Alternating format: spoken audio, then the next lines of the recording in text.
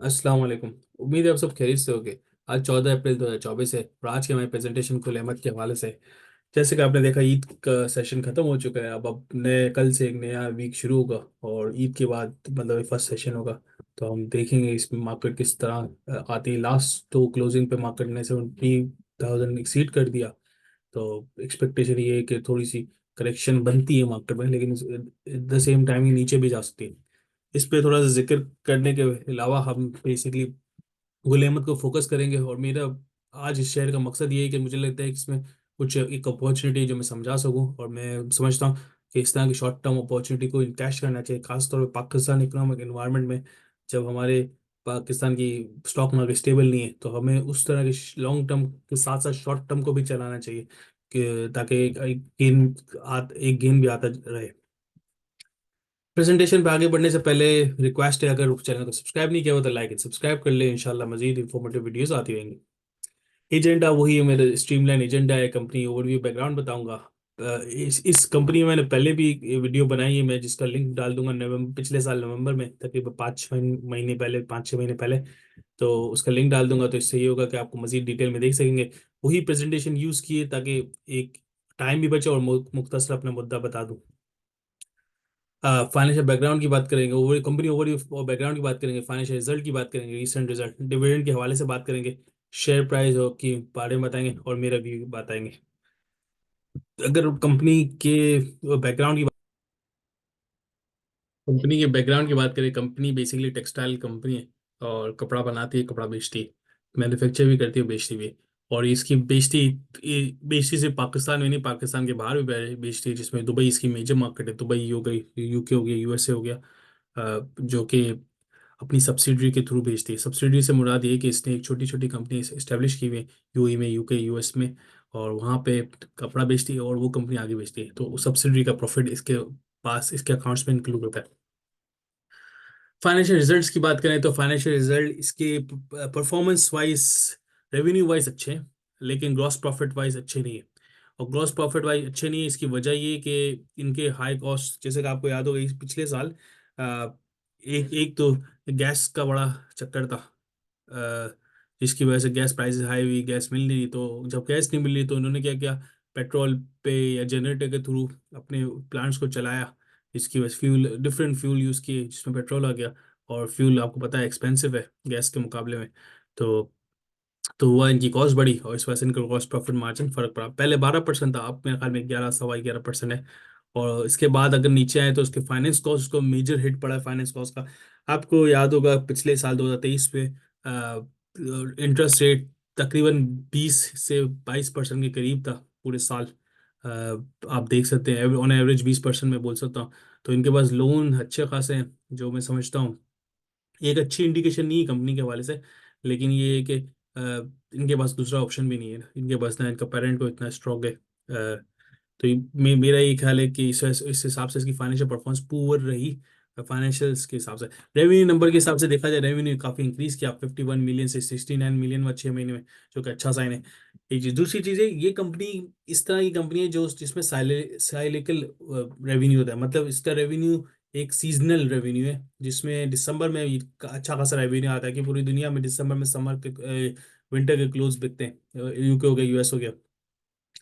और समर में स्पेसिफिकली जून और जुलाई में बिकते हैं। इसके बाद पूरे साल कम कम कलेक्शन रहती है, रहता है जरूर डेफिनेटली, लेकिन कम रहता है। स्प्रिंग कलेक्शन वगैरह आता है, लेकिन उससे उससे ज़्यादा ये कमाता नहीं है एज कम्पेयर टू समर और दिसंबर वाले से, विंटर वाले। तो ये बेसिकली इसकी फाइनेंशियल परफॉर्मेंस है। मुझे रेवेन्यू वाइज अच्छा लगा, कंपनी में मुझे दम लगता है, लेकिन इसको अपनी लिक्विडिटी पे काम करना पड़ेगा। लिक्विडिटी कोई खासी अच्छी नहीं, अच्छी है लेकिन खासी अच्छी नहीं है। कंसर्निंग पॉइंट पे भी नहीं है कि मैं बोलूँ अब कंसर्निंग है। अभी इसके अगर करंट एसेट देखे 77 अरब है, और ये करंट लाइबिलिटी देखे तो 72 बिलियन अरब है। तो ये तो ज़्यादा गैप नहीं, 5 अरब का गैप है, जो मैं समझता हूँ बहुत कम है, और ज़्यादा होना चाहिए। तो इस पे इसको काम करना चाहिए। बाकी कंपनी की रेवेन्यू बढ़ रहा है, तो मुझे ये अच्छा अच्छा इंडिकेशन लगा। दूसरी चीज, इसकी कॉस्ट जो बढ़ी, जैसे मैंने अपने जिक्र किया कि इनके पिछले साल गैस का मसला था, इलेक्ट्रिसिटी की प्राइस हाई हुई थी। तो इन्होंने अपनी स्टॉक एक्सचेंज में एक मटेरियल इन्फॉर्मेशन भेजी थी, जिसमें बताया था कि इन्होंने सोलर पैनल इंस्टॉल कर रहे हैं, और सोलर पैनल जनवरी 2025 तक हो जाएंगे। तो लॉन्ग टर्म पे मुझे लगता है कि ये कॉस्ट को कम करने पे काम कर रहे हैं। तो जब कॉस्ट को कम करने का काम करें तो कंपनी, मतलब ये है कि कंपनी राइट डायरेक्शन में काम कर रही है। अब होपफुली उसका इम्पैक्ट ये इमीडिएटली तो नजर नहीं आएगा, लेकिन फ्यूचर में नजर आएगा। अब इसके बाद हम आते हैं नेक्स्ट स्लाइड पे, डिविडेंड के हवाले से बात। हर हर इन्वेस्टर का यही कंसर्न, तो कंपनी डिविडेंड देती नहीं देती। मेरा क्लियर मैसेज है इस कंपनी के हवाले से, डिविडेंड इतना देती है कि मैं इसको डिविडेंड के देने वाली कंपनी में कैटेगराइज नहीं करूंगा। इस बार 6 मंथ में कुछ नहीं दिया, और लास्ट डिविडेंड आप जैसे देख सकते हैं, जैसे मेंशन किया हुआ है, कोई खासा डिविडेंड नहीं देती, 20% बोनस दे दिया। तो मैं नहीं समझता ये कोई एक अच्छा डिविडेंड वाली कंपनी या डिविडेंड वाली कंपनी टेक्निकली। इसके बाद अगर हम आते हैं तो डिविडेंड के हवाले से, जो डिविडेंड के हवाले से रखना चाहते हैं, तो आंसर इज नो, ये आपके लिए नहीं। शेयर प्राइस की बात करें, शेयर प्राइस साढ़े साढ़े 20 पे। और मैंने जब नवंबर में बनाई थी वीडियो तो तब 20 पे था। और मेरे ख्याल में मैंने इस वक्त ये बताया था कि इंडिकेशन दी थी कि शॉर्ट टर्म में ये 24 23 24 पे जा सकता है इजीली। तो मुझे लगता है कि 23 24 पे जा सकता है, जो कि मीट भी कर गया 23 24, और काफी लोगों ने सेल आउट किया इंक्लूडिंग माई सेल्फ। मैंने भी बेच दिया और फिर वापस मतलब बेच के एम्प्टी कर दी अपनी होल्डिंग्स की ना। तो 24 पे मेरे ख्याल में बेच दिया, सब मैंने बेच दिया। और उस पर इंडिकेट भी किया था मैंने, आप बेच दें ताकि बेहतर है, ज्यादा ऊपर नहीं जाएगी। तो हमने उस पर गेन कमा लिया तकरीबन 20% का। अब ये बेसिकली अगर हम देखा जाए ना, तो हिस्टोरिक हाई 56 पे गई है। और अगर हम खास तौर पर इधर से देखा जाए 2023 का साल को देखा जाए, तो अक्टूबर या नवंबर में 20 पे थी और अब वापस 20 पे आई है। जनवरी में ये शेयर कमोबेश तकरीबन 24 तक गया था। और मैं समझता हूँ स्टिल यहाँ पे मुझे एक बाइंग अपॉर्चुनिटी दिखती है। आप उसको ज़्यादा नहीं लें, क्योंकि रिस्की शेयर भी एट द सेम टाइम है कि इसमें ज़्यादा इतना ज़्यादा अट्रैक्टिव कंपनी नहीं है। तो मैं समझता हूँ कि आप इसको अपने रिडार पे रखें शॉर्ट टर्म के लिए। बाकी शॉर्ट टर्म होपफुली 22 23 पे जा सकता है, कीप दिस इन माइंड। अगर इसके बाद हम पढ़ते हैं इसकी फ्यूचर आउटलुक पे, कंपनी बेसिकली कर क्या रही है, मतलब क्या कंपनी बैन करी। इस कंपनी की मैं फाइनेंशियल स्टेटमेंट देख के बड़ा मायूस हुआ कि उन्होंने अपनी कंपनी के फ्यूचर आउटलुक के बारे में इतना कोई खास क्लियरली डिफाइन ही नहीं किया हुआ। जो कि एक इन्वेस्टर के लिए, इन्वेस्टर बेसिकली कंपनी को का एक फोकस होना चाहिए कि ऐसी रिपोर्ट ड्राफ्ट करे कि इन्वेस्टर को समझ में आए, ठीक है, शेयर होल्डर को समझ में आए। तो इनके इनके फ्यूचर आउटलुक में इन्होंने क्या डिफाइन किया, फ्यूचर इकोनॉमिक आउटलुक, कंपनी के इकोनॉमिक एनवायरनमेंट कैसा है, जहाँ ये नहीं बता रहा कंपनी किस क्या करेगी, स्टेप लेगी। दूसरी चीज, चैलेंजेस पाकिस्तान इकोनॉमिक लैंडस्केप, मतलब पाकिस्तान की इकोनॉमी में क्या है। मैं एज ए इन्वेस्टर, और एक अच्छी कंपनी ये होती है कि वो बताए कि पाकिस्तान के मसले ये हैं, एक हमारी इकोनॉमी के मसले हैं, हम क्या करें। ऐसी कोई चीज़ इनकी नज़र नहीं आती, हो सकती हो जो मुझे नज़र नहीं आ रही, अगर हो तो आप मुझे बताएं। लेकिन फिलहाल ऐसा लग रहा है कि नहीं नहीं नज़र आ रही। कंपनी ऐसे लिख रही है कि हम कर रहे हैं कोशिश, लेकिन स्टेप नहीं बता रहे।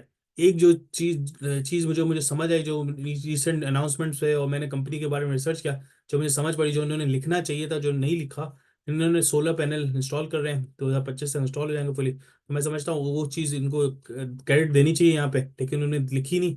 क्योंकि मुझे लगता है कंसर्निंग पॉइंट तो नहीं है, एक मैं समझता हूँ एक मैनेजमेंट के लिए एक इंप्रूवमेंट पॉइंट है कि इनको सोचना चाहिए, इसमें क्लेरिफाई करे। बाकी इकोनॉमिक आउटलुक, फ्यूचर आउटलुक इन्होंने लिखा नहीं है, जो कि मुझे, मैं समझता हूँ बड़ा नेगेटिव इंडिकेशन है फ्रॉम फ्रॉम ड्राफ्टिंग परस्पेक्टिव। मेरा कंपनी का व्यू क्या है, मेरा कंपनी का व्यू ये है, कंपनी गुड है लॉन्ग टर्म के लिए। और इसकी वजह ये है कि पाकिस्तान एक ग्रोइंग कंट्री है, पॉपुलेशन पाकिस्तान की बढ़ रही है। और कपड़े की मार्केट, और कपड़ा ऐसी चीज़ है कि बंदा ऑब्वियसली लेगा और पहनेगा, ऐसा नहीं कि ले और हमेशा चले, ऐसा तो नहीं है। तो ये मार्केट में ग्रो कर सकता है एक चीज़। और पाकिस्तान अब नहीं अब ब्रांड की तरफ जा रहा है। अब हर हर बंदा सीधे साधे या अनब्रांडेड कपड़े नहीं लेता, नाम से कपड़े लेता, ब्रांड से कपड़े लेता, गुल अहमद के एक तो मैं समझता हूँ कि इस चीज़ को माइंड में रखना चाहिए। पॉपुलेशन बढ़ रही है और लोग ब्रांडेड की तरफ फोकस हो रहे हैं अब। और एक समझ लें, एक सिंबल बनाया हुआ है, रिस्पेक्ट सिंबल बनाया गया, जो उसने ब्रांड पहने तो वो ज़्यादा है। तो ये इस हिसाब से मुझे लगता है कि इसकी डिमांड रहेगी और आगे बढ़ती जाएगी रोज बरोज। दूसरी चीज़, आईटी, और पाकिस्तान में आईटी सेक्टर और एक्सपो ये टेक्सटाइल सेक्टर ऐसा सेक्टर है जो बाहर एक्सपोर्ट करता है पूरी दुनिया में। तो ये चीज़ मुझे लगती है, पाकिस्तान की अगर इकोनॉमी अच्छी नहीं है और करेंसी बेकार है, या करेंसी बेकार नहीं, चलो कांस्टेंट भी है, तो ये इनकी जो बाहर एक्सपोर्ट करते हैं डॉलर में कमाते हैं। तो अगर बेकार भी है या अच्छी भी करेंसी है पाकिस्तान की, इंप्रूव होने भी शुरू हो जाए, फिर भी डॉलर में अगर इन्फ्लो होता है, तो एक बड़ी सेफ कंपनी के लिए बड़ा सेफ पोजीशन है। अगर कंपनी मुल्क बेकार हो रहा है, करेंसी डिवेल्यू हो रही है, तो बहुत पॉजिटिव है इस कंपनी के लिए।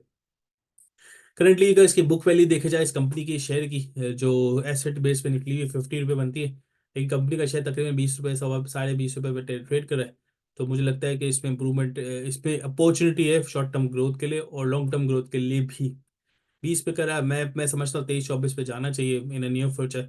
क्यों? क्योंकि 70,000 की मार्केट कर गई, और जब जनवरी में ये मार्केट लेवल करे 70 से नीचे थी, 63 पे थी, तो 60 पे थे, सॉरी। तो ये शेयर 24 पे गया था, आज 70 पे है, लेकिन ये शेयर की वैल्यू ऊपर नहीं गई। तो मैं समझ रहा हूँ इसको आप अपने रिडार पे रखें, उस पर थोड़ा बहुत इन्वेस्ट करें, क्योंकि it's good to take a risk in this in a short term right now. Long term के लिए अगर रखना चाहते हैं तो ये माइंड में रखें, लॉन्ग टर्म के लिए आपको रखना है 2-3 साल मिनिमम रखो, तो आपको बेनिफिट देगा, अभी इमीडिएट नहीं देगा, क्योंकि इसके अभी कॉस्ट चैलेंजेस हैं और जिसका इम्पैक्ट उसको तकरीबन 1-1.5 साल बाद आएगा।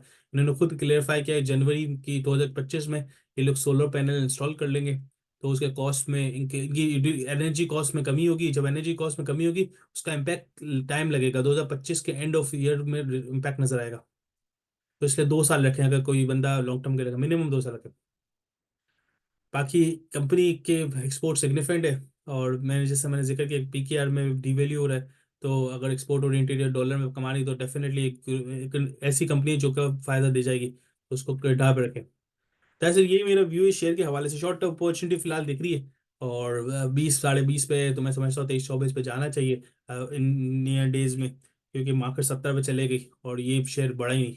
तो इस हिसाब से मुझे लगता है इसमें हम खेलना चाहिए। बाकी लास्टली, क्या चैनल को लाइक और सब्सक्राइब नहीं किया, सब्सक्राइब कर दें। वीडियो में कोई चीज़ मिस आउट हुई हो तो लाजमी मुझे पता है, इंशाल्लाह मैं इसको कवर करूंगा अपनी नेक्स्ट वीडियो में। जज़ाकल्लाह, अस्सलाम वालेकुम।